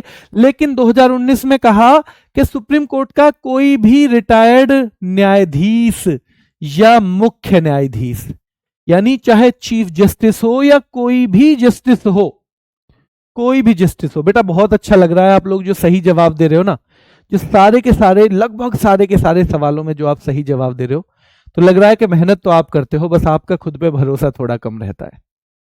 अगर आप लोग चाहेंगे कि मैं ही आगे पढ़ाऊं तो मैं आपको इस बार थोड़ा साथ साथ भी प्रैक्टिस कराता चलूंगा, ठीक है। मुझे समझ में आ गया कि आप कॉन्फिडेंट फील नहीं करते, तो रोज जो भी हमें पढ़ाया जाए 5-7 सवाल उससे भी पूछ लिए जाए, मैं आगे जरूर करूंगा जैसे ही अगला टॉपिक होगा। अगर ये मेरे साथ ही कंटिन्यू आपको करना है तो, ठीक है। चलिए, आयोग मानवाधिकार उल्लंघन के कैसे मामलों की जांच नहीं कर सकता? कैसे मामलों की जांच नहीं कर सकता बेटा, बताओ। तो देखो, ध्यान रखना है, ऐसे मामलों की जो 1 साल से अधिक पुराने हो। ये आपको वहां नहीं मिलेगा, प्रीवियस में कहीं नहीं आया। तो ये हमें यहीं से अच्छा याद होगा कि राज्य जो आयोग है, राष्ट्रीय मानवाधिकार आयोग, वो उल्लंघन के ऐसे मामलों की जांच नहीं कर सकता जो 1 साल से ज्यादा पुराने हो। 1 साल से ज्यादा पुराने हो, उनकी नहीं कर सकता। मानवाधिकार संरक्षण अधिनियम की किस धारा के तहत मानवाधिकार न्यायालयों की स्थापना? देखो बेटा, मानवाधिकारों के लिए अलग से भी वो बन सकते हैं कोर्ट। ये जो अधिनियम आया ना, जिसमें 43 धाराएं हैं, 43 धाराएं पढ़ी थी ना हमने, उसमें ये दिया हुआ है कि अलग से भी मानवाधिकार न्यायालय बन सकते हैं। और ये कौन सी धारा में है बताओ? क्या 30 में है? तो धारा 30 कहती है अलग से भी न्यायालय बन सकता है, अलग से भी न्यायालय बन सकता है बेटा, ध्यान रखना है। राष्ट्रीय मानवाधिकार आयोग के पास जांच करते समय किस न्यायालय की शक्तियां होती हैं? तो देखो, ये किसी को फांसी नहीं दे सकते। इनके पास जैसा सिविल कोर्ट है, जुर्माना वगैरह लगा देना, उस तरह की चीजें ये कर सकते हैं। तो ध्यान रखना है, इनके पास सिविल यानी सिविल कोर्ट की शक्तियां होती हैं मानवाधिकार आयोग के पास। मानवाधिकार आयोग के पास किस तरह की? सिविल कोर्ट की शक्तियां होती है। और सीधे सवाल आ सकता है, सभी मनुष्य जन्म से स्वतंत्र हैं तथा गरिमा और अधिकारों में समान हैं, ये कौन से अनुच्छेद में है? तो देखो, सबसे पहले ही बोला है, पहले अनुच्छेद में ही बोल दिया है। ये जो 30 हैं, अनुच्छेद 30 कितने हैं? कितने अनुच्छेद हैं? 30 हैं बेटा। ये हम बात कर रहे हैं जो 1948 में घोषणा हुई थी। 30 अनुच्छेद हैं, उनमें से पहले में ही दिया है कि सभी मनुष्य जन्म से स्वतंत्र हैं और गरिमा और अधिकारों में समान है, यानी सबकी समान गरिमा होनी चाहिए, सबका समान अधिकार होना चाहिए। ठीक है, अनुच्छेद 1 है। एनएचआरसी में पदेन सदस्यों की संख्या, मैं आपसे पूछना चाहूंगा, एनएचआरसी में, राष्ट्रीय मानव अधिकार आयोग में, एक अध्यक्ष, हाँ जी एक अध्यक्ष, 5 सदस्य फुल टाइम, एक के अलावा, हाँ जी, और पदेन सदस्य मेरे शेरों हो जाएंगे 7। कितने हो जाएंगे? तो पदेन सदस्य इसमें हो जाएंगे 7। ठीक है, चलिए, निम्न में से किस आयोग का अध्यक्ष एनएचआरसी का पदेन सदस्य नहीं होता? आपको ध्यान देना है, महिला आयोग तो आपने कल पढ़ा था, होता है। अल्पसंख्यक आयोग वाला आपने कल पढ़ा, होता है।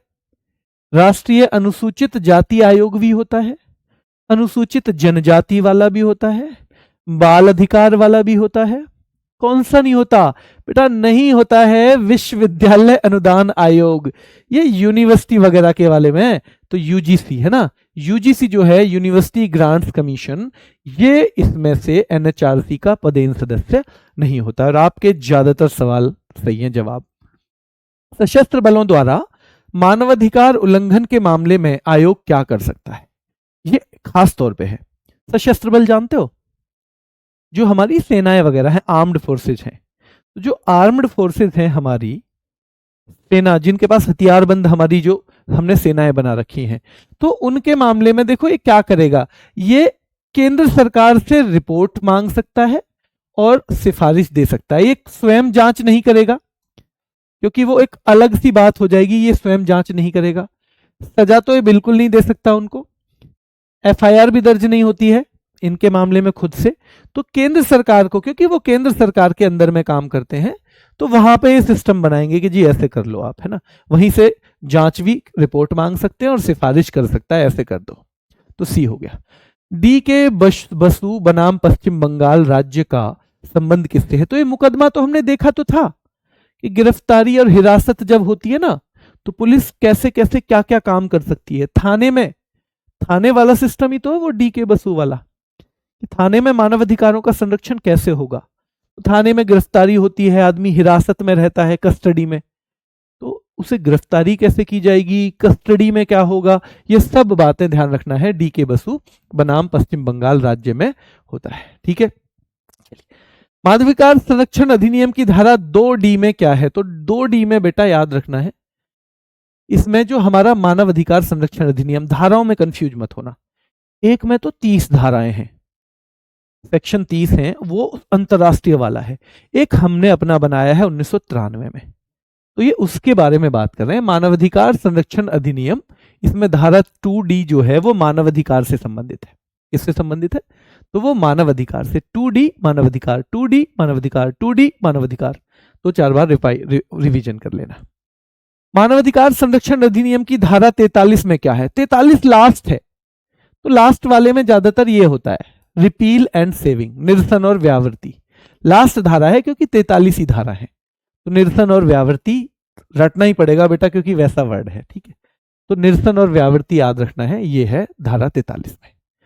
अब हमसे पूछेगा 7 अक्टूबर हमने ध्यान दिया था कि भैया उत्तर प्रदेश का जो राज्य मानवाधिकार आयोग है वो 7 अक्टूबर 2002 को बना, उसका मुख्यालय सीधे सीधे पूछेगा और आप बता दोगे लखनऊ। हमने कल पढ़ा भी था, कल हमने ये भी पढ़ा था कि राज्य का जो मानवाधिकार आयोग है वो कौन सी सूचियों के विषयों पर जांच कर सकता है। तो बेटा वो राज्य पे नहीं, राज्य और संवर्ती दोनों पे कर सकता है।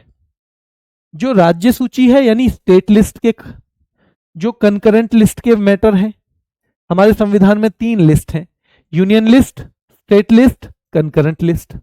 यूनियन लिस्ट पे कानून बना सकती है केंद्र सरकार, स्टेट पे बना सकती है बेटा राज्य सरकार, कंकरेंट पे दोनों बना सकती हैं। पर मुझे एक सवाल का जवाब दो, अगर कंकरेंट लिस्ट के कानून पे सेंट्रल गवर्नमेंट ने भी बना दिया और स्टेट गवर्नमेंट ने भी रूल बना दिया, दोनों ने बना दिया, सेंट्रल गवर्नमेंट ने भी बना दिया और स्टेट गवर्नमेंट ने भी बना दिया, तो आपको बताना है कि बेटा कि सेंट्रल गवर्नमेंट ने भी स्टेट गवर्नमेंट ने भी दोनों ने ही बना दिया, तो फिर किसका कानून माना जाएगा? तो फिर सेंट्रल गवर्नमेंट का कानून माना जाएगा, सेंट्रल गवर्नमेंट का कानून फिर माना जाएगा, ठीक है। चलिए, राष्ट्रीय मानवाधिकार आयोग अपनी वार्षिक रिपोर्ट किसे देता है? तो सीधे सवाल आएगा, जो राष्ट्रीय मानवाधिकार आयोग है वो अपनी वार्षिक रिपोर्ट बेटा केंद्र सरकार को दे देता है ना, केंद्र सरकार को जाती है वो, है ना, केंद्र सरकार को, केंद्र सरकार को है। वैसे सौंपते हैं इसमें ना ऑप्शन एक ही आएगा, या तो राष्ट्रपति या केंद्र सरकार, राष्ट्रपति या केंद्र सरकार एक ही आएगा इसमें, ठीक है। वैसे तो असलियत में केंद्र सरकार ही पूछता है किस सरकार को देता है ना। वैसे अगर ये ऑप्शन में ना हो तो फिर राष्ट्रपति या फिर राज्यपाल आ जाएगा, ठीक है, ये सीधे सीधे भी आ जाएगा। मानवाधिकारों की 3 पीढ़ियों का सिद्धांत हमने पहले भी देख लिया, तो याद रखना है कारेल वासाक, कारेल वासक के द्वारा 3 पीढ़ियों का सिद्धांत दिया गया। नीले अधिकार किसको कहते हैं? जो 3 अधिकार है ना उनमें नीले कौन से हैं? तो जो नागरिक और राजनीतिक अधिकार हैं, यानी जो खासतौर पे अपने अपने अधिकार है आदमी के, वोट डालना वालना, वो नीले अधिकार माने जाते हैं। कैसे माने जाते हैं? नीले अधिकार। तो ब्लू राइट्स बोलते हैं जो भैया हमारे अपने राजनीतिक या कैसे अधिकार हैं या नागरिक अधिकार हैं। तो ध्यान रखना है नीले अधिकार हम नागरिक और राजनीतिक अधिकारों को कहते हैं। क्वेश्चन नंबर नोट करो, 2-3 बार रिवाइज करना है, ठीक है, कि 2-3 बार रिवाइज करना है। हंसा मेहता का संबंध किस दस्तावेज से है? अच्छा, अब आप देखो, जो एलेनोर रूजवेल्ट की अध्यक्षता में एक कमेटी बनी थी ना, उसमें भारत की तरफ से कौन थे? ये नाम आपको याद होगा, नहीं याद है तो ध्यान रखो कि जो मानव अधिकारों की सार्वभौमिक घोषणा हुई उसके लिए एक कमेटी बनी, उस कमेटी में जो भारत की तरफ से गए, भारत के प्रतिनिधि के तौर पे थे, उनका नाम है हंसा मेहता। तो ये सीधे सीधे इस नाम को आपको याद करना है, इस नाम को सीधे सीधे आपको याद करना है बेटा, ठीक है। चलिए, राष्ट्रीय मानवाधिकार आयोग के अध्यक्ष और सदस्यों को हटाने के लिए साबित कदाचार की जांच। देखो बेटा, अगर राष्ट्रीय मानवाधिकार आयोग का अध्यक्ष हटाना है ना, तो ये देखना पड़ेगा कि भैया ये इसने कुछ गड़बड़ कर रखी होगी, तभी हटाया जाएगा। तो वो याद रखना है, वो जांच कौन करता है कि गड़बड़ कर रखी है या नहीं कर रखी? बेटा सरकार में केंद्र सरकार, मैंने बताया ना इसमें से एक ही आएगा। ये सवाल में थोड़ा सा वो हो गया है, मतलब इसमें से राष्ट्रपति आएगा या केंद्र सरकार आएगी। अगर ये आए कौन सी सरकार को सबमिट करता है ये, तो फिर केंद्र सरकार हो जाएगी। इसमें राष्ट्रपति गलती से लिखा है, मैं इसको चेंज कर दूंगा। राष्ट्रपति इसमें ऑप्शन में ही नहीं होना चाहिए था, है ना, राष्ट्रपति इसमें ऑप्शन में ही नहीं होना चाहिए था, या फिर सरकार लिखना था, ये सरकार लिखना था, ठीक है। तो संसद को, सर्वोच्च न्यायालय को, यहां राष्ट्रपति होता तो फिर राष्ट्रपति ही हो जाता है, एक ही आएगा। इतने इस तरह का कंफ्यूजिंग सवाल देता नहीं है वो। केंद्र सरकार, संसद, राज्य सरकार कर दो इसे, अब आप ज्यादा बेहतर कर पाएंगे। राज्य सरकार है ना, राज्य सरकार, स्टेट गवर्नमेंट, या तो राष्ट्रपति आएगा या सरकार, उस तरह से देते नहीं है। इतना कंफ्यूजिंग सवाल कभी भी पेपर में नहीं आता है, ठीक है। हाँ, तो नीले अधिकार हो गए, संसा मेहता का संबंध हो गया, ठीक है। और अगर कोई गड़बड़ कर दिए, इन्हें हटाना पड़ेगा, तो भाई सुप्रीम कोर्ट में जांच होती है। कहां होती है? सुप्रीम कोर्ट में जांच होती है, ठीक है, सुप्रीम कोर्ट में जांच होती है। सुनिए भाई, आज आपकी क्लास तो नहीं है कोई? 10-15 सवाल और हैं, निपटा दें सभी धीरे धीरे। कोई क्लास तो नहीं है अभी? हाँ बिल्कुल, श्वेता गुप्ता जी, मानवाधिकार टॉपिक पूरा हो गया है।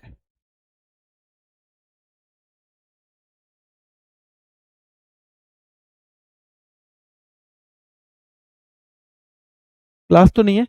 15-20 सवाल निपटाते हैं, आगे के लिए नहीं, आगे नया टॉपिक शुरू करेंगे। नहीं बेटा, टाइम खत्म नहीं हुआ, टाइम तब खत्म होगा जब हम लोग दुनिया से चले जाएंगे।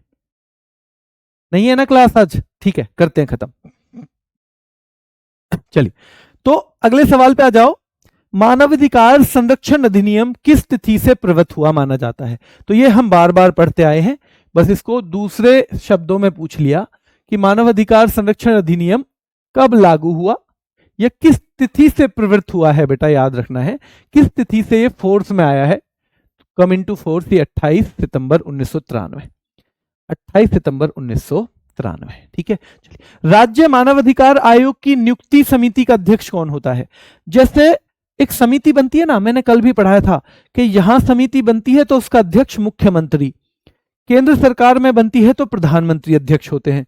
तो यहां पे बेटा मुख्यमंत्री राज्य मानवाधिकार आयोग की नियुक्ति समिति जो होती है, जो सिफारिश करती है कि भैया इनको बना दो, तो उसमें जो चीफ हैं, जो उसके चेयरमैन हैं, वो कौन है? तो वो मुख्यमंत्री होते हैं।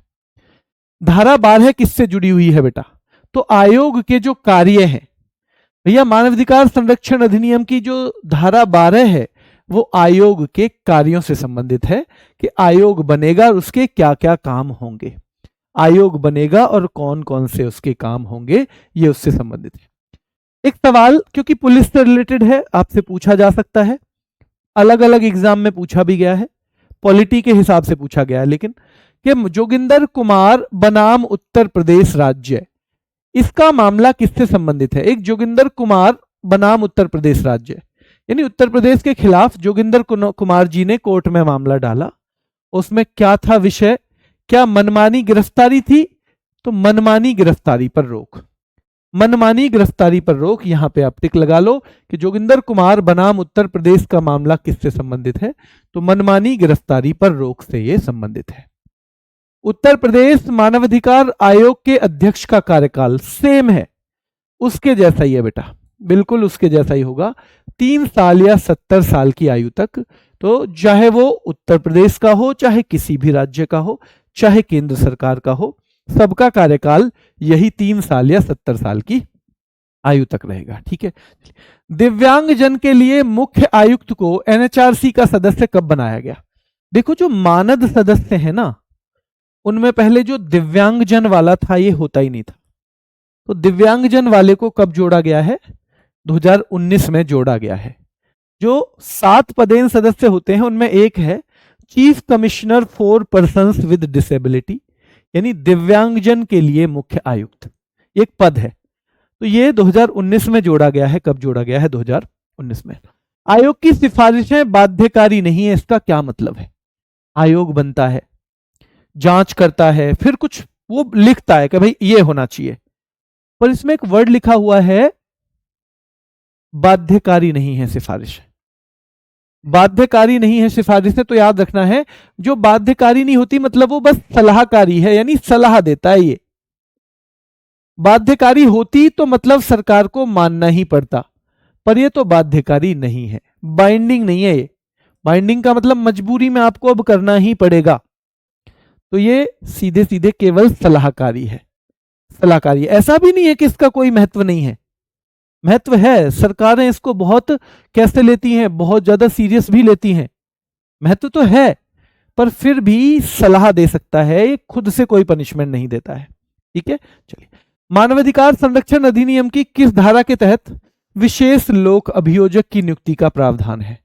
देखो, मैंने विशेष न्यायालय बताए थे कि मानवाधिकारों के मामले में स्पेशल कोर्ट बन सकते हैं, पर आपको पता है किसी भी कोर्ट में सरकार की तरफ से भी कुछ लोग क्या करते हैं, कुछ लोग मुकदमे को पेश करते हैं, उसको बोला जाता है प्रोसिक्यूटर या अभियोजक। क्या बोला जाता है? लोक अभियोजक यानी पब्लिक प्रोसिक्यूटर, या क्या बोला जाता है अंग्रेजी में? तो ये पब्लिक प्रोसिक्यूटर, लोक अभियोजक बोला जाता है जो सरकार की तरफ से किसी मामले में पक्ष रखें। इसमें स्पेशल नियुक्त होते हैं मानवाधिकारों के मामले में, अलग से स्पेशल लोक अभियोजक यानी स्पेशल वकील सरकार हायर कर सकती है, अपने लिए स्पेशल वकील सरकार हायर कर सकती है, और ये सीधे सीधे धारा 31 में है। किसमें? 31 में। और ये अगर किसी को ऐसा बनना है स्पेशल, ऐसे मामलों में किसी को सरकारी वकील बनना है, स्पेशल पब्लिक प्रोसिक्यूटर बनना है, सरकार की तरफ से मुकदमा किसी को लड़ना है, तो ध्यान रखना है उसके पास 7 साल का अनुभव होना चाहिए। कितने साल का अनुभव होना चाहिए? उसके पास 7 साल का अनुभव होना चाहिए बेटा, 7 वर्ष का। राष्ट्रीय मानवाधिकार आयोग के अध्यक्ष या सदस्य अपना त्यागपत्र किसे दे सकते हैं? तो जो उनकी नियुक्ति कर रहे हैं उसी को त्यागपत्र भी देंगे। तो अगर इन्हें रिजाइन करना है तो ये किसको अपना रिजाइन देंगे? ये सीधे सीधे अपना रिजाइन जाके दे देंगे राष्ट्रपति जी को। किनको दे देंगे? राष्ट्रपति जी को। मानवाधिकार संरक्षण अधिनियम की धारा 2A के तहत सशस्त्र बल की परिभाषा। देखो, धारा 2 में ज्यादातर किसी भी कानून की धारा 2 में परिभाषाएं होती हैं। क्या होती हैं? डेफिनेशंस। उसमें जो जो चीजें बाद में बोली जाएंगी उनका अर्थ क्या है, तो परिभाषाएं होती हैं सीधे सीधे। तो 2A में क्या है? सशस्त्र बल, और मैंने 2B में बताया था मानवाधिकार। 2D में किसकी परिभाषा है? मानवाधिकार। ठीक है, मानवाधिकार 2D में है। ठीक है, और 2A में है सशस्त्र बल। लेकिन सशस्त्र बल की परिभाषा में कौन शामिल नहीं है? तो देखो, ये सेना, वायुसेना, नौसेना, थल सेना, ये तो सब है, पर ये सशस्त्र बल याद रखना है, राज्य की पुलिस को नहीं माना जाता। राज्य की पुलिस को सशस्त्र बल नहीं माना जाता है। जैसे इसमें सीआरपी वारपी सब आ जाएंगी, लेकिन खास तौर पे ये नहीं माना जाएगा, राज्य की पुलिस को सशस्त्र बल नहीं माना जाता है मानवाधिकार संरक्षण अधिनियम के तहत। ठीक है, चलिए। मानवाधिकार सार्वभौमिक है, इसका अपवाद क्या है? देखो, अपवाद सबको मिलेंगे मानवाधिकार, चाहे अपराधी है उसे भी, विदेशी नागरिक है उसको भी मिलेंगे, पर आपातकाल के दौरान कुछ अधिकारों को लिया जा सकता है, यह अपवाद है। हमने कह दिया मानवाधिकार सार्वभौमिक है, यानी सबको दिए जाएंगे किसी भी कीमत पे। तो याद रखना बेटा, आपातकाल के दौरान कुछ अधिकारों को इसमें से हटा सकते हो। ठीक है, 2019 के संशोधन के तहत एनएचआरसी में मानवाधिकारों का ज्ञान रखने वाले कितने सदस्यों की नियुक्ति अनिवार्य है? मैंने आपसे पूछा था कल कि जो मानवाधिकारों का ज्ञान रखने वाले कितने सदस्यों की नियुक्ति अनिवार्य है, तो ध्यान रखना 3, क्योंकि कल मैंने बताया था 1 अध्यक्ष और 5 सदस्य। इन 5 में से जो जुडिशरी के फील्ड के हों, जो जज हों, वो होते हैं 2 तो होते हैं बेटा न्यायिक सदस्य, यानी जो खुद भी जज ही होंगे। 2 तो होते हैं इसमें न्यायिक सदस्य, और 3 होते हैं एक्सपर्ट। या किन तीनों में कोई महिला भी होनी चाहिए क्या? तो ये 3 क्या होते हैं बेटा? विशेषज्ञ, मानवाधिकार विशेषज्ञ। क्या इनमें से कोई महिला भी होती है? और 1 या 2 या 3, जल्दी बताओ। तो मानवाधिकार विशेषज्ञ। ठीक है, मानवाधिकार विशेषज्ञ। ठीक है, तो ह्यूमन राइट्स एक्सपर्ट। तो 2019 के संशोधन के तहत कितने होने चाहिए मेंबर? 1 अध्यक्ष, 5 अलग से सदस्य होने चाहिए। उनमें से 2 न्यायिक हैं, यानी जुडिशियल, जो जुडिशरी से आते हों, जो वो हो जज हों, और 3 होते हैं एक्सपर्ट। इनमें से 1 महिला कंपलसरी है। इनमें से एक महिला, इनमें से एक महिला। मानव अधिकारों की दूसरी पीढ़ी के अधिकारों को अक्सर किस रंग से दर्शाया जाता है? जैसे मैंने पहला वाला बताया था, नीला रंग। जो राजनीतिक अधिकार थे वो नीले थे, व्यक्तिगत और राजनीतिक अधिकार नीले। और बेटा ये वाला क्या लाल है बताओ? तो लाल। जो द्वितीय पीढ़ी है वो लाल, पहली पीढ़ी नीली, द्वितीय पीढ़ी लाल, पहली पीढ़ी नीली और द्वितीय पीढ़ी लाल। ठीक है। एमनेस्टी इंटरनेशनल का मुख्यालय क्या लंदन में है? तो मैंने पहले भी बता दिया था, लंदन में है। मानवाधिकार संरक्षण अधिनियम की धारा 19, कुछ कुछ ही धारा रखी है बस मैंने, बहुत महत्वपूर्ण जो धारा है। तो सशस्त्र बलों द्वारा मानवाधिकार हनन के मामले में क्या प्रक्रिया होगी? अगर देखो, या तो पुलिस मानवाधिकार हनन करेगी या कहीं कहीं पे सशस्त्र बल के बारे में कहा जाता है। जैसे नॉर्थ ईस्ट में एक स्पेशल कानून चलता है अफस्पा, तो वहां बहुत ये लगते हैं आरोप कि भाई आप लोग तो मानवाधिकारों का उल्लंघन कर रहे हो। ठीक है, तो ध्यान रखना है, सशस्त्र बलों द्वारा मानवाधिकार हनन के मामले में जो प्रक्रिया है, ठीक है, वो धारा 19 में है, मानवाधिकार अधिनियम की धारा 19 में है। ठीक है। आयोग अपनी वार्षिक या विशेष रिपोर्ट किसे प्रस्तुत करता है? ध्यान रखना है, अगर राष्ट्रपति नहीं है तो संबंधित सरकार को, लेकिन करता किसके थ्रू है? राज्यपाल या राष्ट्रपति के थ्रू। इतनी चीज हमारे दिमाग में होनी चाहिए कि या तो राज्यपाल के थ्रू करेगा या राष्ट्रपति के थ्रू। वो जाति लास्ट में किसके सामने? हमने कहा था ना, संसद के सामने रखी जाती है, तो संसद उस पर एक्शन लेती है जो भी लेती है। तो एक तरह से इनडायरेक्टली वो गई संसद को ही, पर वो देता राष्ट्रपति जी को है, राष्ट्रपति जी उसे रखवाते हैं। ठीक है, तो ऐसे ही जैसे कैग भी किसको देता है अपनी रिपोर्ट? राष्ट्रपति जी को, लेकिन वो होती असलियत में सबमिट सरकार को ही है। ठीक है, तो ध्यान रखना है, आयोग अपनी वार्षिक या विशेष रिपोर्ट तो संबंधित सरकार को, अगर केंद्र वाला है तो केंद्र और राज्य वाला है तो राज्य को। राष्ट्रीय महिला आयोग की स्थापना, इसका सीधा सीधा सवाल आ जाता है, वैसे इससे मतलब नहीं है इसका मानवाधिकार से, 1992 सीधे सवाल आता है। सच्चर समिति, ये सीधे सीधे इसका भी सवाल कई पेपरों में आया हुआ है, इसका भी मानव अधिकारों से कोई लेना देना नहीं है। तो भारत में मुस्लिम समुदाय की सामाजिक आर्थिक स्थिति देखने के लिए एक समिति बनी थी, सच्चर समिति, पर क्योंकि ये सीधे पूछ लेता है तो इसलिए मैंने यहां पे इंक्लूड कर लिया है। एनएचआरसी में जो महासचिव होता है, महासचिव हमने बताया था ना, एनएचआरसी में एक चीफ एग्जीक्यूटिव ऑफिसर होता है, मुख्य कार्यकारी अधिकारी, उसका नाम दे दिया महासचिव। अब जो महासचिव है उसकी रैंक होती है, जैसे भारत सरकार में एक ज्वाइंट सेक्रेटरी का पद है, ज्वाइंट सेक्रेटरी का पद, तो एनएचआरसी के महासचिव की रैंक भी क्या होती है? ज्वाइंट सेक्रेटरी वाली ही होती है बेटा। मानवाधिकार संरक्षण अधिनियम की धारा 37 के तहत किसका गठन किया जाता है? बताओ। तो क्या न्यायालय का किया जाता है? न्यायालय तो मैंने अलग से बता दिया था, न्यायालय तो मैंने 30 में ही बता दिया था। तो विशेष जांच दल, धारा 37 में विशेष जांच दल। 2A सशस्त्र बल की परिभाषा, 2D मानवाधिकार की परिभाषा, 30 में न्यायालय पढ़े हमने, 31 में हमने विशेष लोक अभियोजक यानी स्पेशल पब्लिक प्रोसिक्यूटर पढ़े। तो 4-5 ही धारा, क्योंकि धारा से अभी तक तो कोई सवाल नहीं पूछा है कभी भी। वैसे जिस बच्चे को, कुछ बच्चे ऐसे भी होंगे जी हमें तो पूरी धारा दे दो हम पढ़ लेंगे, अगर आप कहोगे तो मैं एक्ट शेयर कर दूंगा आपके साथ, 43 हैं धाराएं, पर ऐसे तो अगर आपको एक्ट याद करना पड़ा ना तो इतनी देर में तो आप और बहुत सारी चीजें कर लोगे।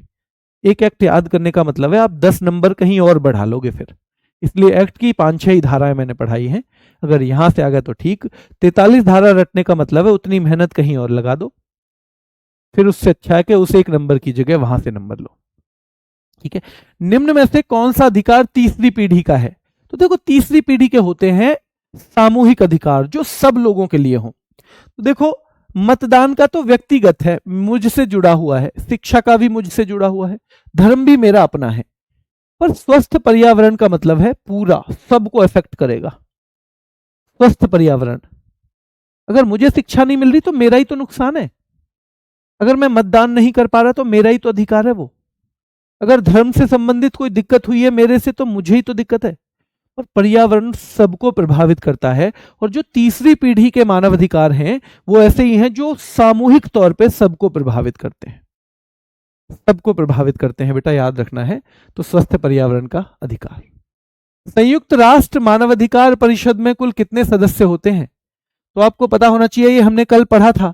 संयुक्त राष्ट्र की मानवाधिकार परिषद जो 2006 में बनी, कब बनी? मानवाधिकार आयोग की जगह 2006 में बनी थी। बताओ, इसके मेंबर मैंने कल लिखवाए थे आपको। क्या 47 तो नहीं होते? क्या 47 तो नहीं होते? क्या 47 तो नहीं होते? 47 होते हैं, ठीक है। भारत में बाल अधिकार संरक्षण आयोग, ये भी, क्योंकि इसमें बाल अधिकार संरक्षण आयोग के अध्यक्ष हैं, इसके जो अध्यक्ष है ना वो इसके मेंबर भी हैं, पदेन मेंबर हैं, तो याद रखना है 2005 में, ठीक है। मानवाधिकार न्यायालय में मामलों का संचालन करने के लिए राज्य सरकार किसे नियुक्त करती है? देखो, तो राज्य सरकार भी विशेष लोक अभियोजक को ही करती है। केंद्र सरकार भी अपने पब्लिक प्रोसिक्यूटर करती है और राज्य सरकार भी करती है, ठीक है। तो अगर कहीं पे भी हो, संचालन करने के लिए राज्य सरकार बेटा विशेष लोक अभियोजक को नियुक्त करती है। ये कहां कहां लागू है मानवाधिकार संरक्षण अधिनियम? तो बेटा अब तो संपूर्ण भारत में है। पहले चीजें होती थी कि जम्मू कश्मीर में नहीं हुआ करती थी, पर 2019 के बाद तो ये जम्मू कश्मीर भी भारत का अभिन्न हिस्सा है। इसलिए याद रखना है कि आज की डेट में कोई भी कानून पूरे भारत में लागू है। राज्य मानवाधिकार आयोग के अध्यक्ष के रूप में किसकी नियुक्ति हो सकती है? देखो, जो राज्य मानवाधिकार आयोग है तो इसमें हाई कोर्ट रहेगा सुप्रीम कोर्ट की जगह। हाई कोर्ट में कोई चीफ जस्टिस रहा हो या कोई सा भी जज रहा हो, यही चीज राष्ट्रीय मानवाधिकार आयोग में सुप्रीम कोर्ट में बदल जाती है कि सुप्रीम कोर्ट का मुख्य न्यायाधीश या कोई भी न्यायाधीश। तो सीधे सीधे आंसर आ जाएगा कि भैया आज की डेट में नियुक्ति हो सकती है हाई कोर्ट का कोई चीफ जस्टिस रिटायर्ड हो गया हो, ठीक है, या फिर अन्य बेटा, ठीक है। और ये रिटायर्ड वर्ड जरूर डालो, सेवानिवृत्त, ये वर्ड इसमें जरूर होना चाहिए। ये रिटायर्ड वाला ही बनता है ना, चीफ तो दोनों जगह रिटायर्ड वाला ही बनता है। मेंबर बन सकते हैं काम करने वाले, मेंबर काम करने वाले बन सकते हैं, ठीक है। एनएचआरसी के खातों की ऑडिटिंग कौन कर सकता है? तो देखो, किसी के भी खातों की ऑडिट हमारा कैग करता है। कौन करता है? कैग। एक सवाल यहां से भी आता है, प्रेम शंकर शुक्ला बनाम दिल्ली प्रशासन, ये एक मुकदमा हुआ, इसमें मेन चीज क्या थी? तो देखो, कैदियों को जो हथकड़ी लगाई जाती है ना, तो प्रेम शंकर शुक्ला मामले में कैदियों को जो हथकड़ी लगाई जाती है, अब हर किसी को हथकड़ी नहीं लगा सकते, आप देखना, बहुत खूंखार अपराधियों को ही हथकड़ी लगा सकते हैं। तो ये हथकड़ी वाला मामला किसमें था? तो ये 2-3 मैंने आपको वो भी बताए हैं केस। ये वाला डीडी बसु वाला बताया था, जिसमें हम थाने में कैसे बिहेव करेंगे किसी के संग, ठीक है। एक मनमानी गिरफ्तारी ना हो, वो भी बताया बीच में। और ये प्रेम शंकर शुक्ला, भैया प्रेम जी, भैया प्रेम से रहो, कैदियों को प्रेम शंकर शुक्ला भैया प्रेम से रहो, इन पे हथकड़ी वगैरह मत लगाओ, हथकड़ी वगैरह मत लगाओ, ठीक है। इस तरह से हम याद करेंगे। तो देखिए, क्विज, ये टेलीग्राम चैनल है, इस पे मैं क्विज कल डालने वाला था। क्विज मैंने कहा था ना 10 क्विज डाल देता हूं।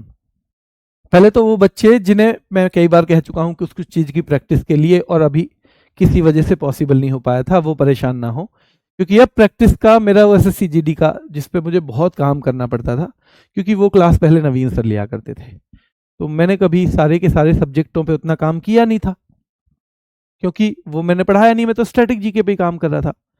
तो फिर अब वो सर फिलहाल है नहीं, तो मुझे वो क्लास लेनी पड़ी।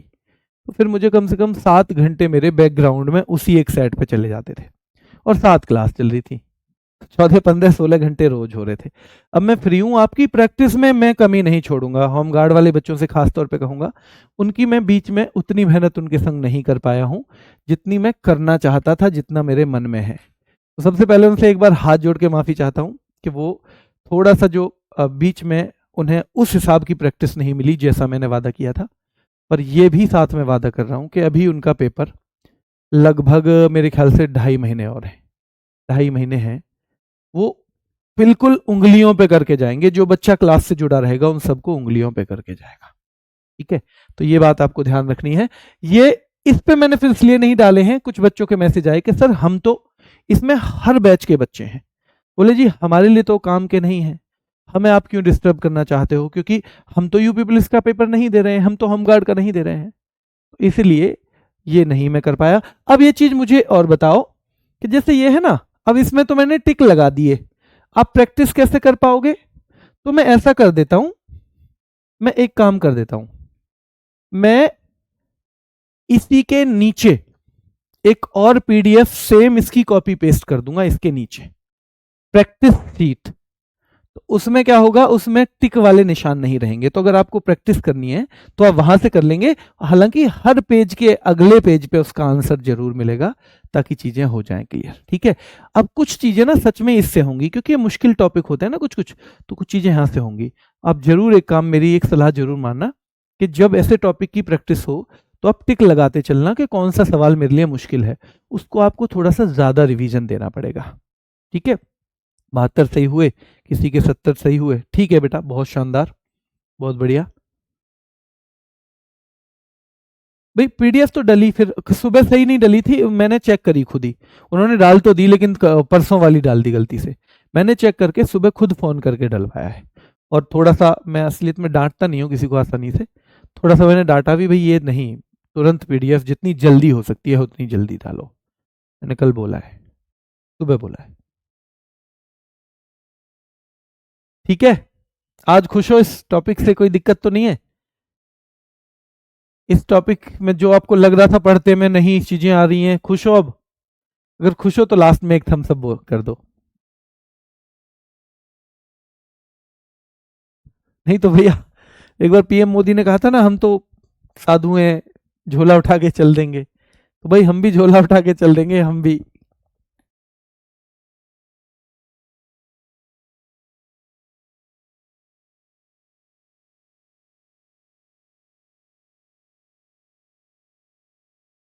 चलिए ठीक है, अभी के लिए इतना ही, फिर मुलाकात करेंगे, धन्यवाद।